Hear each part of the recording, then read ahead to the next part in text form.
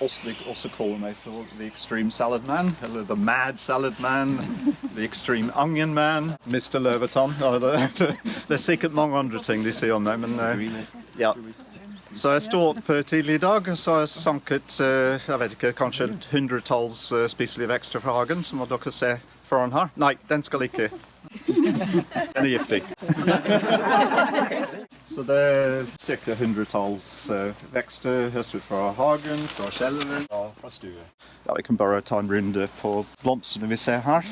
Så jeg elsker de prud-varianter av matplanter også, som jeg inne på. Planter som jeg kaller for edimentals, edible ornamentals, eller prud-saker på norsk. Prud-grønnsaker. Og hvis I tillegg av dette planter som elsket av insekter, bien og så videre, så det helt topp. De plantene kaller jeg på engelsk for entomentals. Entomologi, ikke sant? Og som forskjellige violer som spiselig.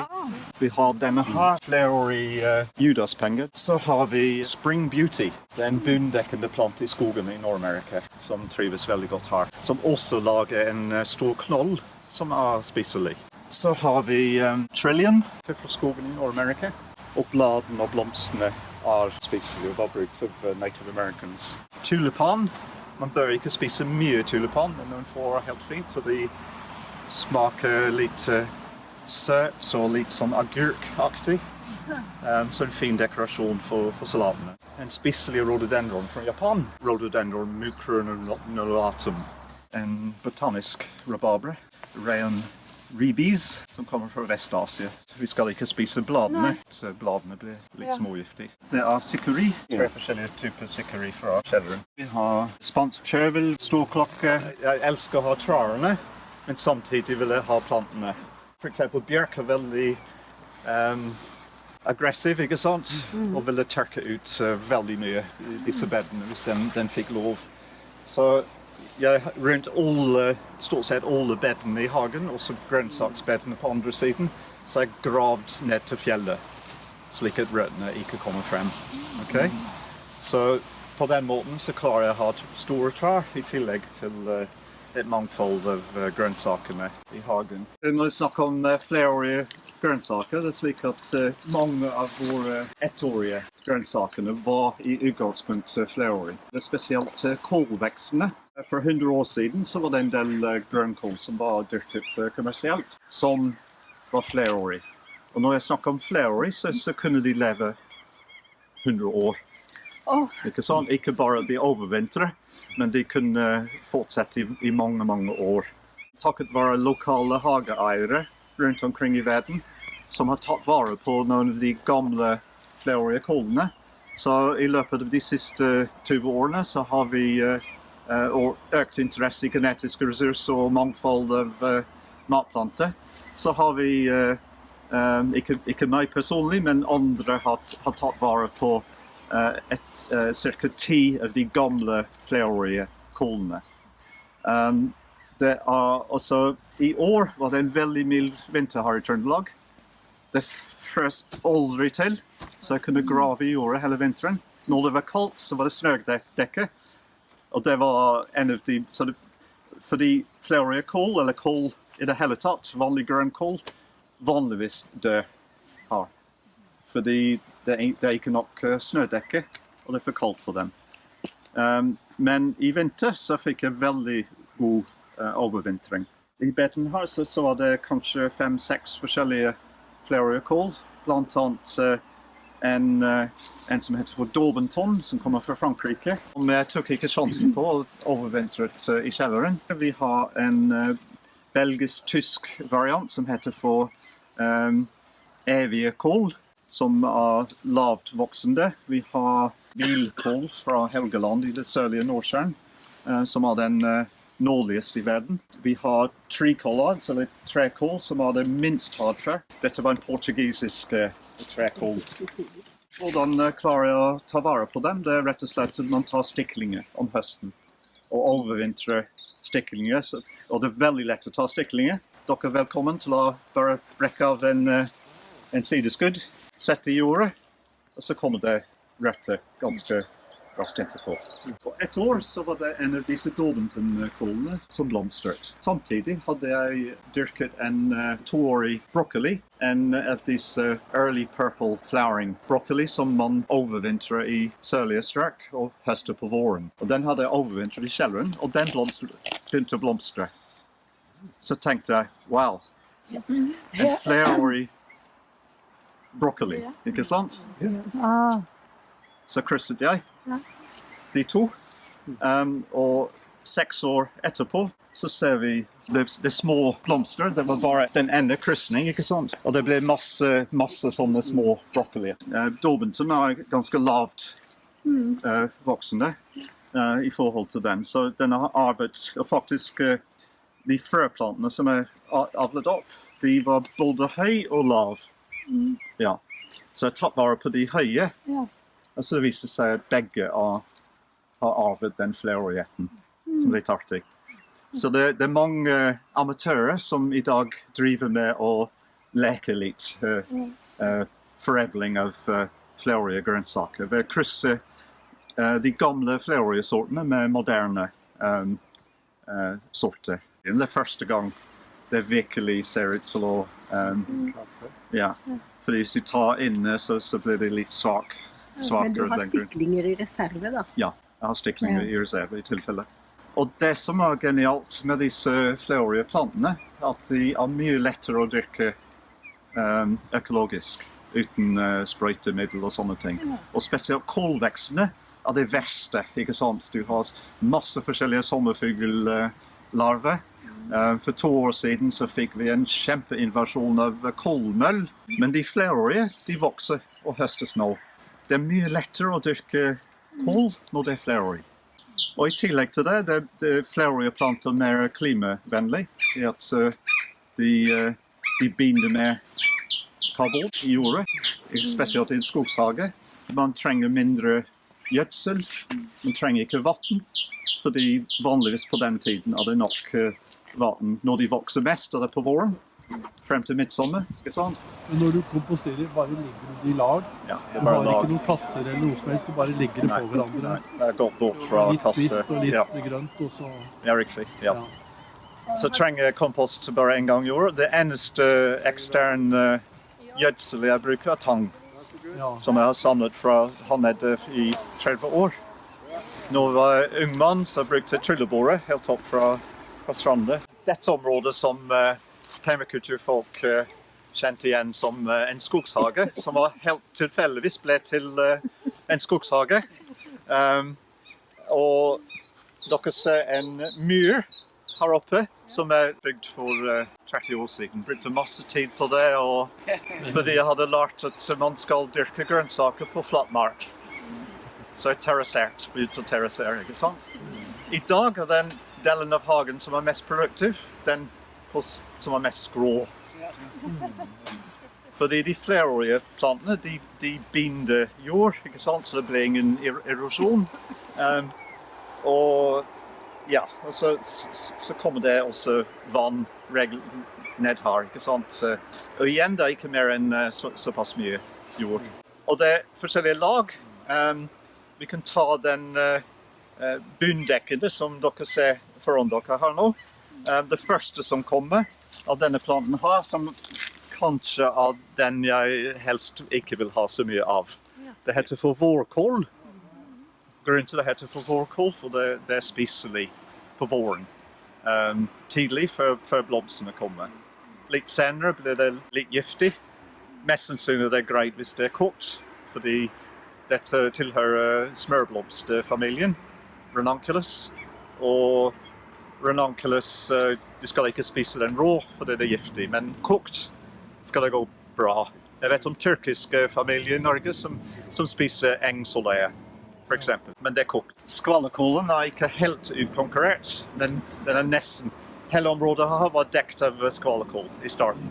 Så vårkål faktisk utkonkurrerer skvallerkål. Fantastisk vårgrønnsak, men dere vet det. Vi har en Facebook-gruppe, skvallerkålens venner. Du kan finne masse oppskrifter og sånne ting. Men dette er en av de mest næringsrike grønnsaker som vi kan få i oss. Vi skal spise det i salaten senere. En av planene som samene brukte, dette storklokke. Og det er perfekt på denne tiden her. Du kan bruke det i salat, du kan bruke det kokt som et slags spinat. Og senere kan du bruke blomstene. Sånn klokkeblomst, ikke sant, som kommer i 2 forskjellige farger, hvitt og blått.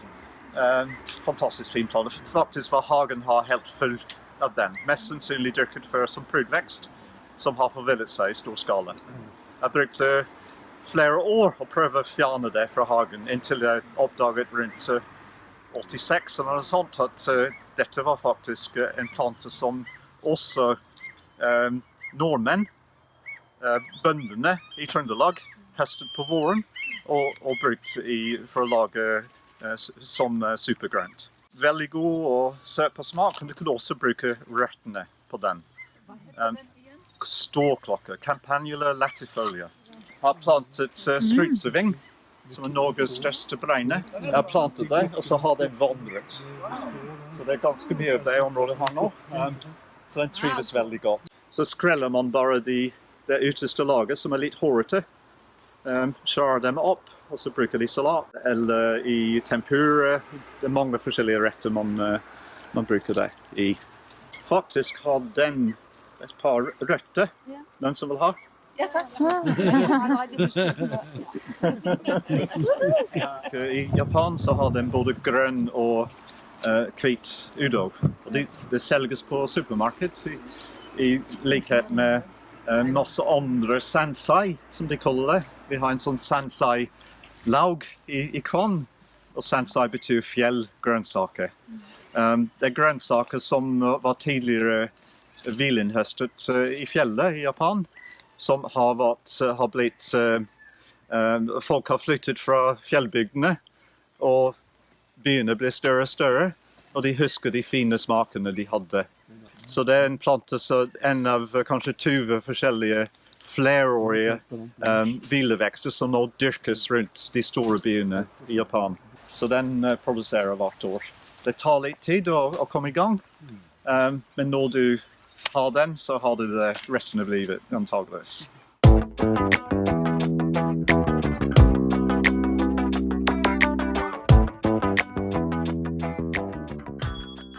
Disse bedene man ser foran dere her, dette er det flotteste mark i hele hagen. Har anlagt disse forhøyede bedene. Denne her er en kultivar av strandkål som er selvblekkende, så det er lysere farge. Og i Storbritannia var det nesten utryddet på 1900-tallet på grunn av overbeskatning av de ville bestandene, fordi det var så populær som grønnsak. Strandkål vokser på de mest energetiske strandene, og det er mye bølgeaktivitet vinterstid. Og enkelte planter ble dekt av tang, ikke sant? Eller sand, og de unge skuddene som vokste opp gjennom det laget ble bleket. Og det var mildere på smak. Det er slik man antageligvis oppdaget eller tenkt på å bleke andre grønnsaker.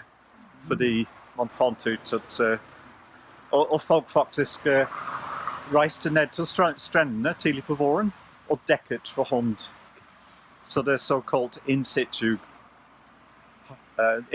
gardening, hvor man faktisk endrer miljøet rundt plantene for å få et bedre produkt. Men det ble så populær at etter hvert at planten ble fredet til loven. Og den har vist hardt før, veldig hardt før. Jeg dekker med tang hvert år. Og du ser det bedet er høyere enn resten. Ja. Så det er 30 år med tang. Og den trives veldig godt. Under bøtten her så skal vi finne produkter. Så det kan vi ta litt til salaten. Blekt strandkål. Så det er bare å sette en bøtte over eller hupe med løv eller hva som helst. Den delen av disse bedene klarte nesten ikke å dyrke ting på. Det var for tørt, hovedsakelig på grunn av de overhengende greinene oppi her. Men nå har jeg snudd om og bruker flerårige vekster og fått fantastisk produksjon på samme område. Dette er stjernemelde, eller Hablitzia tannoides, klatrende spinat som klatrer helt oppi her til hvert. Så jeg bruker sånne Så batre den opp. Den må ha litt ru overflate, så kan ikke bruke bambus. Det enorm avling her. Jeg klarer ikke å spise alt dette her. På den tiden her så kan du ta alle toppene. Du kan faktisk kjøre det helt ned. Så kommer det igjen. Det hundrevis, eller hver rot har kanskje 25 skudd som venter. Du kan ta 1 eller 2 ganger, så kommer det igjen. Du kan bruke det i salat, du kan bruke det i som spinatvekst for eksempel. Og så kan du bruke de eldre bladene på sommeren, også som spinatkort. Dette bjørnkjeks, og den har bare slått seg ned her. Men siden den er spiselig, og kanskje en av de viktigste matplanter gjennom tidene i den nordlige hemisfæren, så får den lov til å vokse videre. Og dette utgangspunktet for borsj, russiske rødbetesuppe. Navnet borsj betyr bjørnkjeks. For de yngre skuddene på bjørnkjeks var tidligere brukt som supergrønt i Russland. Og så kom rødbete, og rødbete hadde en lignende smak og ble dyrket i hagen, og så overtok etter hvert. Det var søtere antageligvis, så man brukte den i stedet for. Også det fermentert i Russland, slik at de lager suppe vinterstid, borsj. Fermentert borsj på vinterstid. Det også var veldig god. Og faktisk tromsøpalme, den heter for Heracleum persicum. Vi finner det oppskrift i boken min om hvordan man spiser tromsøpalme. Ja, de brukte frua på nå. De brukte alle Heracleum hva de bruker førene av som krydder.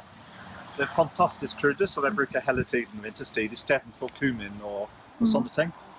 Så hvis jeg lager curry eller middelhavsretter, så bruker jeg tromsøpalme frø i stedet for, eller en annen art. Jeg dyrker ikke selv tromsøpalme, jeg ikke så gal. Men det er ville bestander, ikke sant, som vi kan finne. Altså, vårskuddene brukes og frøene, så det er en veldig lett plante og produktiv plante. Så når jeg planter ting om sommeren på papir, altså vinterstid så bruker jeg tid til å føre inn i Excel-arket. Så noterer jeg omtrent hvor de ligger på. Så alle bedene har et navn. Egentlig har jeg et bed som heter for perennial bed. Jeg begynte å dyrke flere grønnsaker, og det fortsatt heter for perennial bed. Dette den Native American bjørnkjeks. Det en annen flerårig kål fra Kenya, som har klart vinteren, utrolig nok.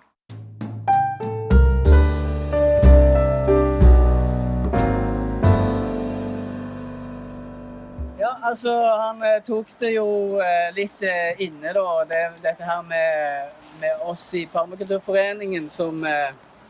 Altså, første gang jeg leste en artikkel om hosta, det var på en utedo nede i Sør-England, i Devonshire. Og da satt jeg og så leste jeg om hosta. Og etterpå så har bare den Extreme Saladman forfølgt meg i mine drømmer. Han er jo mer permakultur enn alle her til lands. Men så begynte vi da noe som kalles for LAND-nettverket. Det er læring, aktivitet, nettverking og demonstrasjon. Og det er på en måte da demonstrasjonshager, plasser, leiligheter, whatever, som representerer permakulturen på en kjempebra måte da. Og da var vi alle sånn, ja men Steven må jo være det da. Men han har jo en av kriteriene, du må gjennom en del kriterier da, og sånn. Vi var i England og lærte alt dette her. Og vi må gjennom en del sånn, og han var, nei, han visste ikke helt, og liksom, nei, jeg må ta permakulturkurset, men han har jo skrevet bok på Permaculture Publication, så etter forhandlinger og harde forhandlinger så fikk vi overtalt han til å ta PDC, og ja, dette er jo en fantastisk permakultur demonstration site, og han er jo en fantastisk formidler av permakultur, men også, ja, altså dette med den spiselige hage, altså perennials, altså det nå, når du reiser rundt på forskjellige konferanser, når det gjelder dette med regenerativt jordbruk og alle de tingene, så finner de jo ut det nå at det er flerårig som funker best. Og så Så da tok han jo dette her kurset, og... Jeg forelest selv på mitt eget kurs. Ja. Og vi ble jo veldig happy for det. Og han ble da et landsenter. Så Kvann også er jo på en måte et slags landsenter. På permakulturfestivalen i fjor så fikk han overdelt dette her sertifikatet, men vi har egentlig ikke hatt noe åpning her ennå. Nei. Og jeg er jo da representant for Land Norge. Han hadde det første landsenter i Norge. Ja, det var det første landsenter i Norge. Vi måtte jo ha et senter, så da ble det oss. Så da skal vi ha en offisiell åpning.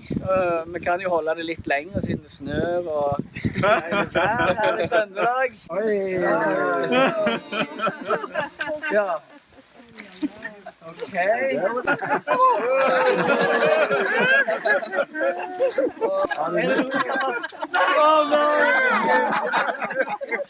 Ok. Ta fare.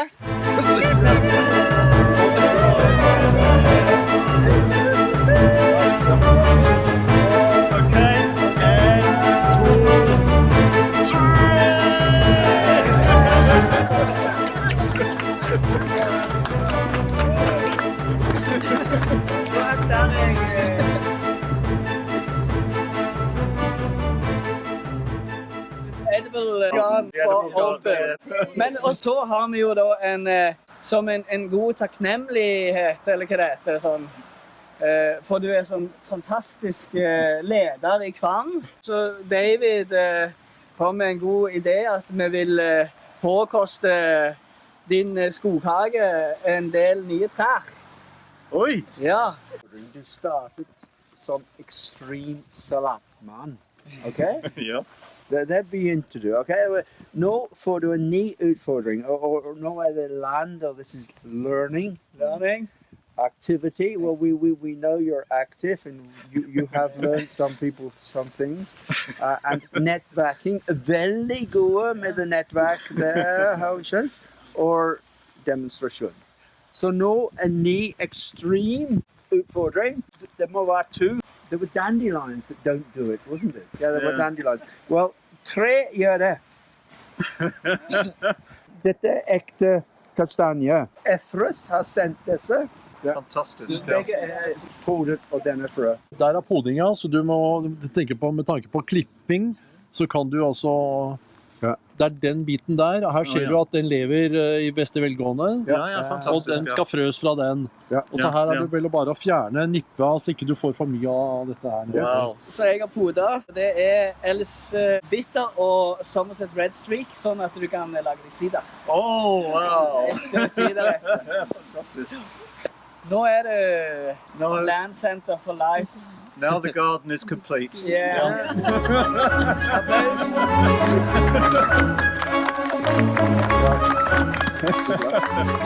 Evlaker til høsten, så blir det siderkurs. Okay. Det en del av gaven, så da må det komme. Ja, det må det. Lager fantastisk sider. Wow, okay. Ja. Vi blander alt oppi her først. Det oliven man kan ta på salaten som kommer. Jeg pynter salaten, ja. Jeg pynter meg selv også.